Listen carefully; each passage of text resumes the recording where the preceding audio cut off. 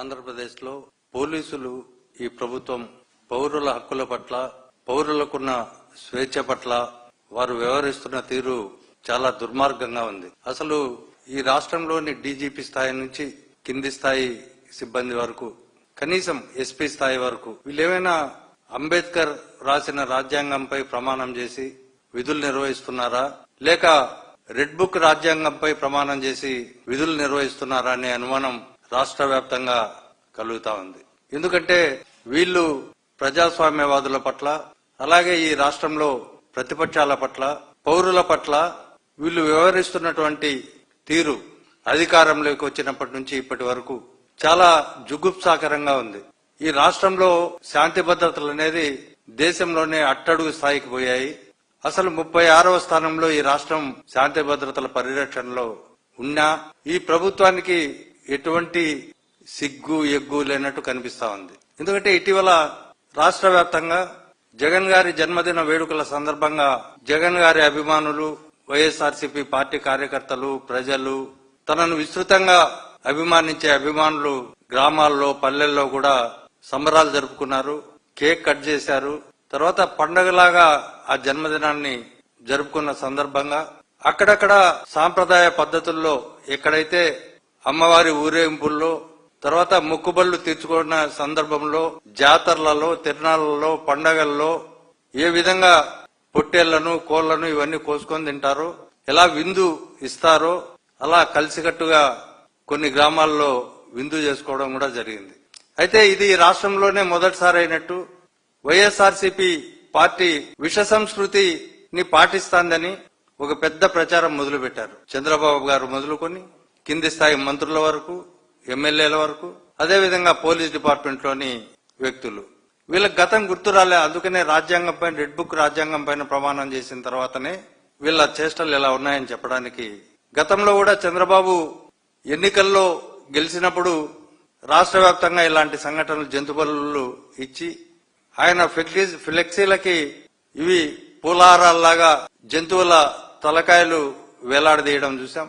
అదేవిధంగా పవన్ కళ్యాణ్ ఇటీవలనే ఒక సినిమా రిలీజ్ సందర్భంగా తల్వార్ని బహిరంగంగా తిప్పడం కూడా మనం చూసాం. అదేవిధంగా బాలకృష్ణ సినిమాల సందర్భంగా పొట్టేళ్లు కొట్టి ఆయన ఫ్లెక్సీల పైన రక్తాభిషేకం చేయడం కూడా గతంలో చూసాం. 2023లో మా ప్రభుత్వం అధికారంలో ఉన్నప్పుడే బుక్కరాయ సముద్రంలో చంద్రబాబుకు ఆయన బర్త్డే సందర్భంగా ఇలాంటి జంతు బలులు ఇచ్చి ఆయన ఫ్లెక్సీలకు ఇవి రక్తాభిషేకం చేయడం చూసాం.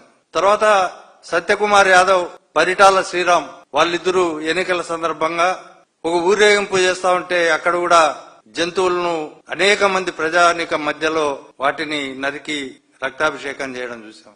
కానీ ఇవన్నీ ఏమీ గుర్తులేవు పాలపక్షానికి. వాళ్ళకి ఇప్పుడు ఎలాగోలా జగన్ గారిని వ్యక్తిత్వానం చేయడానికి మా పార్టీ శ్రేణుల్లో ఆత్మస్థైర్యాన్ని తగ్గించడానికి కేసులు పెడతా ఉన్నారు. దాదాపు ఇప్పటికే 100 మందికి పైగా కేసులు పెట్టారు.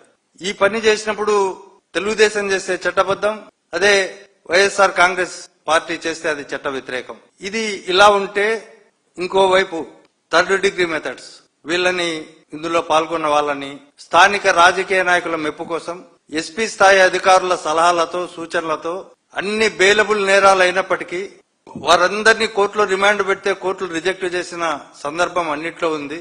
అయితే వీళ్ళు పోలీసులు రాత్రిపూట అంతా రాత్రి హింసించి వాళ్ళను విపరీతంగా కొట్టి బజార్లలో వాళ్ళ ఆత్మగౌరవం దెబ్బతినేలా ఊరేగించి కోర్టుల్లో ప్రొడ్యూస్ చేశారు. అయితే కోర్టుల్లో ప్రొడ్యూస్ చేసినప్పుడు కూడా పోలీసు వాళ్ళు మీరు మేజిస్ట్రేట్ అడిగితే ఎక్కడన్నా మిమ్మల్ని ఏమైనా కొట్టారా అని అడిగితే మీరు కొట్టలేదనే చెప్పాలా, కొట్టినారని చెప్తే ఇట్లాంటి ట్రీట్మెంట్స్ బయటకు వచ్చిన తర్వాత మరిన్ని ఉంటాయి, మరిన్ని గంజాయి కేసులు పెడతాం మీ పైన అని చెప్పి బెదిరించిన సంఘటనలు ఉన్నాయి. అదేవిధంగా ఒక ఎమ్మెల్యే అయితే పోలీసులు చిత్రహింసలు పెడతాంటే వీడియోలను చూపించమని చెప్పి వాళ్ళు కొట్టే దృశ్యాలను కూడా వీడియో తీసి ఆయన చూపిస్తే ఆయన ఇంకా చాలులే అన్నంత వరకు వీళ్ళు కొట్టిన పరిస్థితి కూడా ఈ రాష్ట్రంలో ఉంది. తప్పుడు కేసులు పెట్టి నడి రోడ్డుపై కార్యకర్తలని హింసించి వాళ్ళ ఆత్మగౌరవం దెబ్బతినేలా సమాజంలో వాళ్ళ పరువు పోగొట్టుకునేలా ఊరేగించి నడిపించడం అనేది రాజ్యాంగబద్ధమా చట్టబద్ధమా అనేది పోలీసులు ఇవాళ ప్రశ్నిస్తున్నాం. డీజీపీ నుంచి కింది స్థాయి ఎస్పీ అధికారుల వరకు వాళ్ళ ట్రైనింగ్ లో రాజ్యాంగాన్ని గురించి చెప్తారు, తర్వాత ఫ్రెండ్లీ పోలీసింగ్ గురించి చెప్తారు, నేరస్తులతో ఎలా ఉండాలని చెప్తారు.